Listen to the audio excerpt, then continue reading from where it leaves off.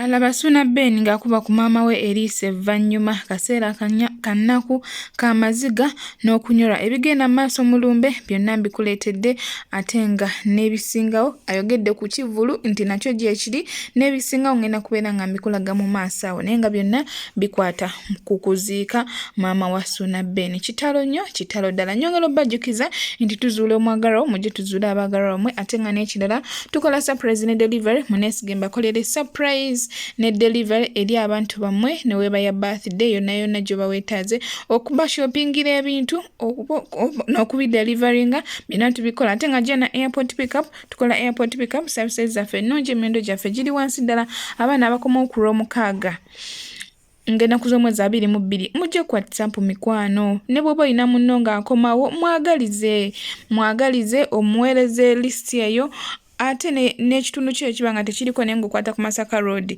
munnange jangu ku WhatsApp enamba yaffe eyo ku screen eri 0704404058 ogenda kukisanga wa ng'emiwendo giri wansi bwe kiti ate ng'otambudde oli comfortable obulungi nnyo nga tonyigirizibwa. Nyongera obbajjukiza ku airport teri bus teri taxi teri boda so mujje tutambule ffenna ku miwendo egya wansi ate jangu booking ng'obudde bukyali munnange oleme kusumbuyibwa ku ssaawa esembayo mutwesige ne family zammwe tubalambuze ku bwerere babalabe nga mulandinga ku bwerere ate n'ekirala tetukwata video eri omuntu atagala mukwata video bemulaba tukwata videos babeera baagala tubakwate eri akugamba njagala kunkwata video naye tompostinga era singa mulaba nti buli kiseera mpostinga naye ba clients bange be bakama bange era privacy zaabwe nziwa ekitiibwa so kyenva mulaba nga postinga nnyo bantu bali ku airport lwansonga batono ababeera bagala bapostinga abasinga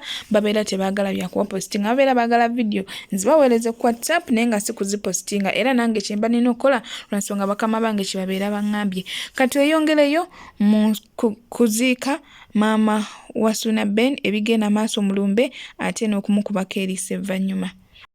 Kiro kyonna twasuze tuwuliziganya n'embaziira bamugamba nti mukadde bamuleeta era bambuuza batuuseewa ekyo kati ngenda okuwuliziganya ne mwami Mubiru eyabadde eno ku ground nangamba nti abasawo bagambye tugire nga tulinzeeko amale okutereera balekemu owulumula mu ambulensi embeera gyali mu sinungi tujja muleetera ddala ku makya nga balina eddagala lyebava omukuba akati ffenna netusulawo awo nga tukukunadde naye nga mpuli omutima gwange nga gutidde nempalirizibwa n'okuggyako essimu nga mmanyi nti esobola okutaasa nti bwe bataabiŋŋambye tebijja kuba abadde ndi awo ku makya nga muganda wange liita nga ajja akaawa nga ye bamukubidde nagamba maama afudde tegedde ku ssaawa 11 ez'okumakya bawe nenzija nga olunaku olwaleero naye maama tabadde mulwadde era simujjanjabyeko. Olina musubu otya batubadde tulaba nga olimu musukka kubeera ku mwana n'omuzadde kiyogera omusubu maama mukwano gwange kubanga ebbanga lyonna lyemmaze naye kuba taata waffe yeyafa tubadde tubeera na maama waffe era nze ne ku lunaku lw'abataata nze mbadde nteekawo omukyala Kayondo nga gwe njaguza kubanga ebbanga yonna mbadde mulaba nga akola emirimu gy'abataata gye tuli enda musubwanya abadde mukwano gwange nnyo era ye muntu gwe mbadde sizibya lunaku nga siisiza linnya lye mu kamwa tekibangawo mu lunaku nga nsobola okuliisamu emirundi egiwera 8 ewaawo Ssuuna tusaba Mukama akugumye ekyamazima akunyiga ebiwundu kubanga libadde buddene okuviirwako omuzadde libadde buddene kyannaku nnyo kyannaku ddala tusaba Mukama Katonda akugumye akunyiga ebiwundu ne mami amusonyiwe byamusobako katweyongereyo naye mutuufu singa okufa baali bakuwa enguzi twandikoleredde nga butafa mutuufu waliwo omuntu wafa n'akuluma tomumanyi takumanyi naye n'akuluma mukyala Kayondo maama wa Ssuuna Ben bambi Ssuuna Ben nze manyi kyoyitamu nsobola okitegeera kyoyitamu omanyi bwe bakiyita okufiirwa maama wo ng'ate mukwano gwo best friend wo nga ye buli kimu kyo Mukama Katonda yanditulekedde abantu abatwagala ebyaddala nga tetubaagala. Nalemo tusibako emigunju. Kitalo nnyo Suna Beni, Mukama akugumye. Naye bugumu buvaawa ddala, buvaawa. Nze mbunoonya ne wenja okugamba nti ogume naye nga sibulaba we buva. Omwana adaagala maama we, maama abadaagala omwana we, maama tajula.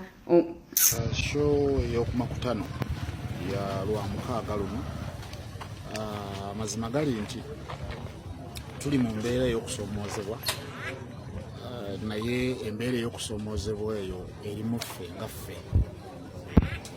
Ku ky'abawagizi baffe kyetwagala sitwagala kubagamba nti ate kino bakini, twagala tumalirize okuwerekera mukadde kuba tugenda kumuziika olunaku lw'enkya ku Lwokutaano ssaawa 10 tugenda kumuziika Nzizi wano mu Lwengo ow'omukaaga, naye tudduke tukomewo. Twagala abantu baffe kino ffe kyetulimu eno tuleme kukibatunuuliza kubanga batuwagiridde ebbanga.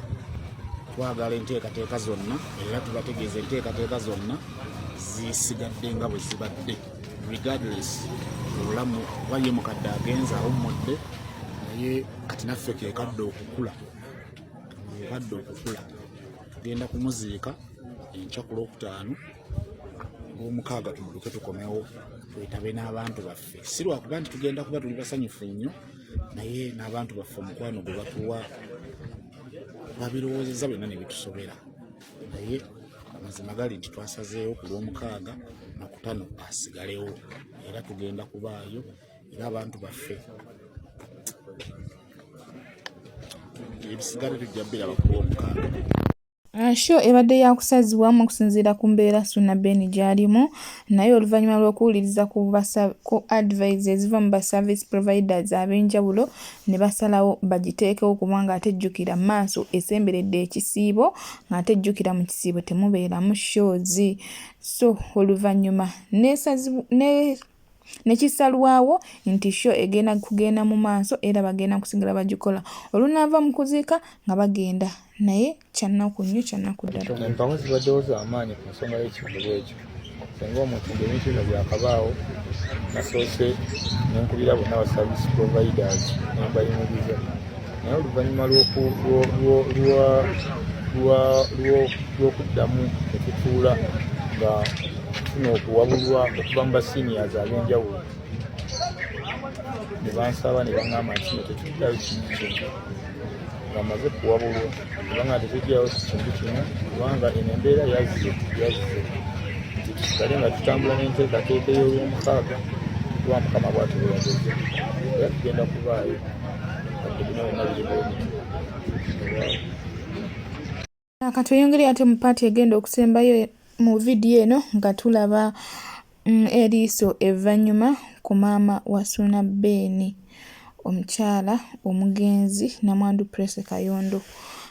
Kyannaku nnyo kyannaku ddala, naye nga feesi ngenda kugibikakoko ka emoji lwa nsonga YouTube tekkiriza kulaba bifaananyi bifaanaganako bwe bityo ebitiisa, ebifaananyi ebifaananako bwe bityo tekkiriza kubiraba. Ngenda bikako feesi n'ebisigadde mugenda biraba. Kyannaku nnyo kyannaku ddala, naye nga mbasibula nyongera okubajjukisa nti mujje mupagire Jana Airport Pickup services zaffe ennungi, emiwendo giri wansi ddala. Bw'ojja ku WhatsApp tuteesa tuba tetusobola kulemererwa. Omuntu yenna yenna ali serious tuteesa tuba tetusobola kulemererwa. Nyongera kimbajjukiza mujje mu booking ng'obudde bukyali. Ntambula nga mwali agadde ogenda okwerekera ku Prece Kayondo.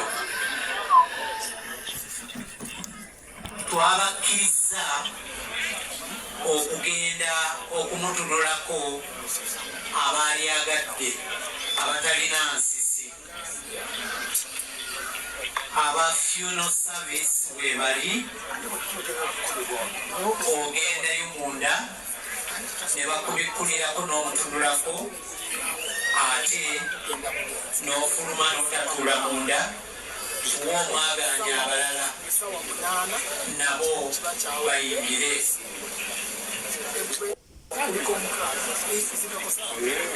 Bano bannajje abakulemberwa mukyala Kibudde abali wano bwe mubanga mutuusizza okwagala okuddayo okumusabirako munnaffe n'omutemyako obutemya nentegeeza bannajje bannammwe abali eno ne babeegattako ne mumusabira munnaffe.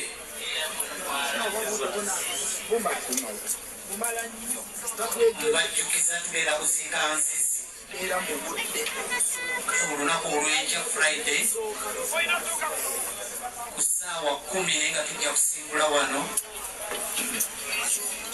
nga tumaze emmisa egenda okutandika ku ssaawa 6 tugibeeremu nayo ey'olwaleero etandika ku ssaawa 1 ey'akawungeezi. Akati abandyagadde okusabira munnaffe emmisa genda wali mu tenti eri we tuwandiikira amabugo obuuze Mwami Kabonge yakikolako ekyo bakuwandiike. Ekirala bw'onoobanga oyagala okuteekako oba okuganzika ekimuli ku ssanduuko ya Prosi Kayondo, ekimuli ekyo ojja kukireeta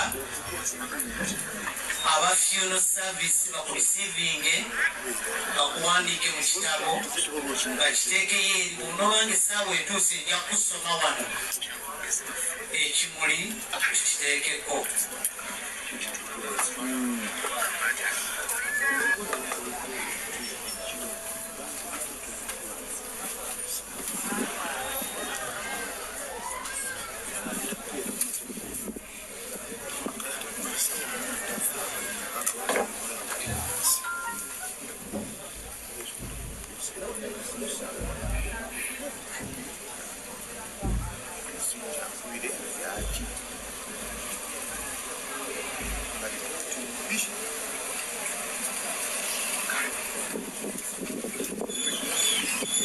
Kakati eby'emmisa mubitegedde ayagala okuwaayo emmisa Mwami Kabonge ayagala ekimuli nga tolina woyinza kukijja oba nga tomanyi gyekiri nga toli wakuno.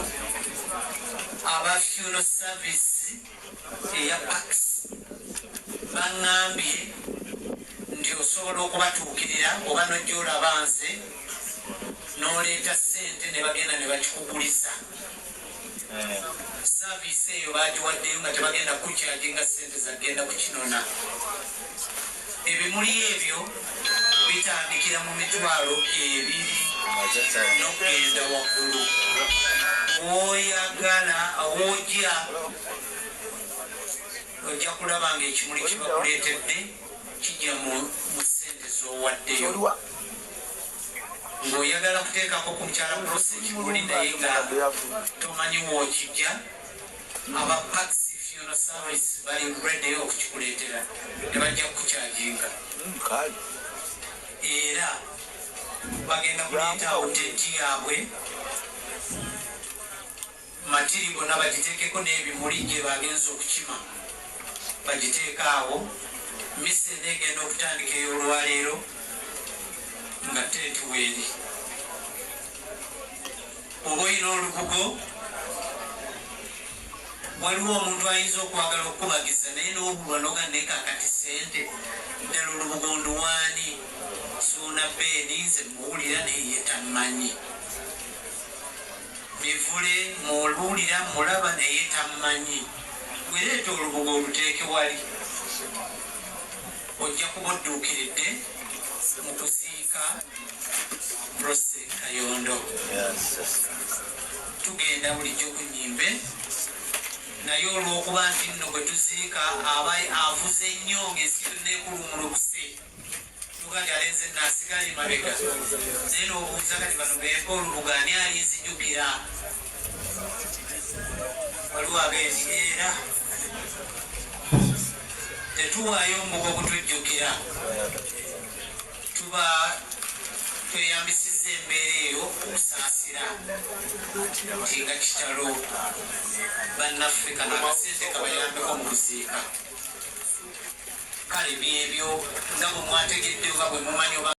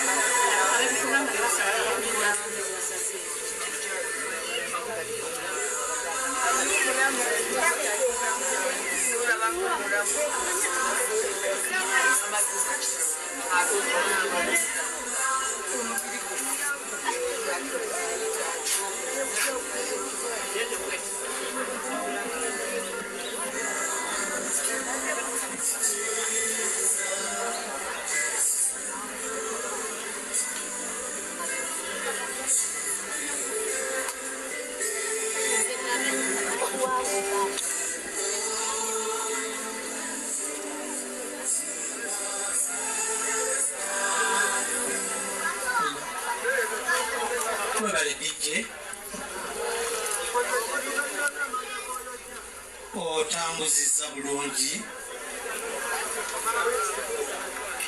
abali ku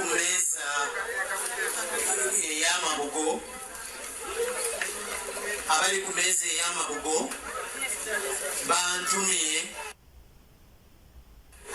nga bakulembeddwa Suna Ben Mbazira Tone abaana bonna aba famire eno okubeebaza sipiiri gye mweddiddeko nga muwulidde obuzibu buno obugudde wano ne baŋŋamba mbagambe nti mwebale nnyo mwebalire ddala. Kaakati waliwo special thanks okwebaza okw'enjawulo omwami bw'abeera Saalongo tebagattako lya mwami ye Saalongo Nyanzi tali wala okuva wano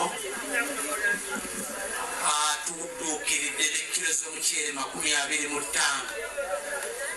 era tunaatera okubagabula aba famire ya omugenzi Abudu Muswayiri awo ng'oyisiza basize ennyumba eyetegula era webali wano nabo batudduukirireyo ne kilo z'omuceere 25. Eddoboozi lino bwe libanga libatuuka nammwe mwebale nnyo mwebalire ddala. Ntumiddwa okubeebaza mu neebaza ey'enjawulo. Ate omusajja asinga obunene mu Masaka wano alanga ebirango nga yekizza lukyamuzi atuwadde katone z'amazzi 6 era abaddeko wano ayinza okubanga yeemuludde mu katono naye tumwebaza nnyo kizza lukyamuzi. Mukyala Semakula atuwadde kilo 25 ez'omuceere naye ne kilo 25 ez'obuwunga obwa kasooli. Nkakasa bulungi abaabaddeko wano akuugi mumaze okukanywako,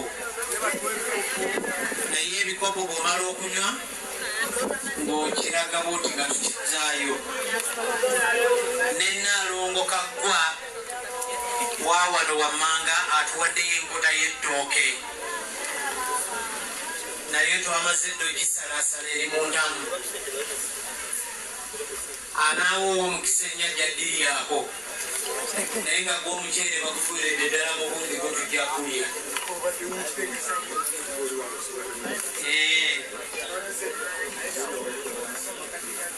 Kale abali amatooke nga mugaagala nnyo tujja galyako, tofaayo nzija kuba mmanyi nja kubeera waliwo bagabulira nti oyo mumuwe alyagala.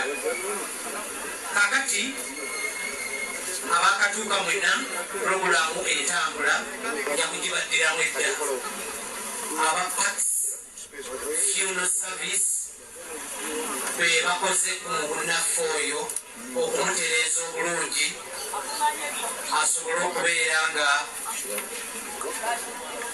omulambo gwe gulabika bulungi, kubanga jjukira bwe yafunye ekizibu yabadde ava ku lubimbi ne bamuddusa mu ddwaliro.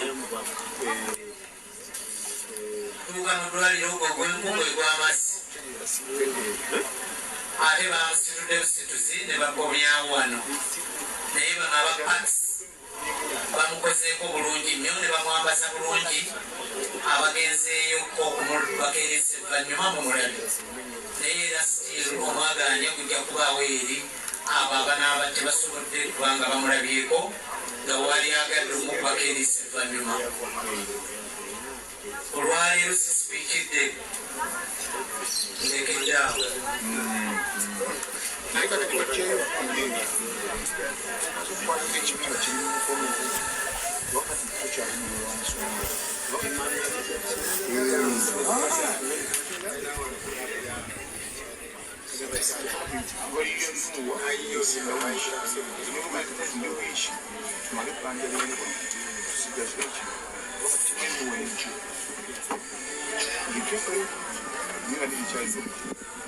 eggulire lye n'akafuna wano eritaliiko nfuufu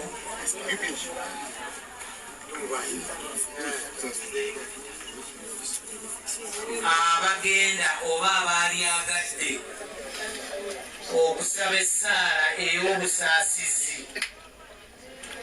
ku ssaawa 9 zennyini bw'otunula ku ssaawayo nga ziweze ng'osituka nga mugenda wali nga munoonya omukyalo ono gwe mulaba ali nange tali nange agenda ono kati ali nange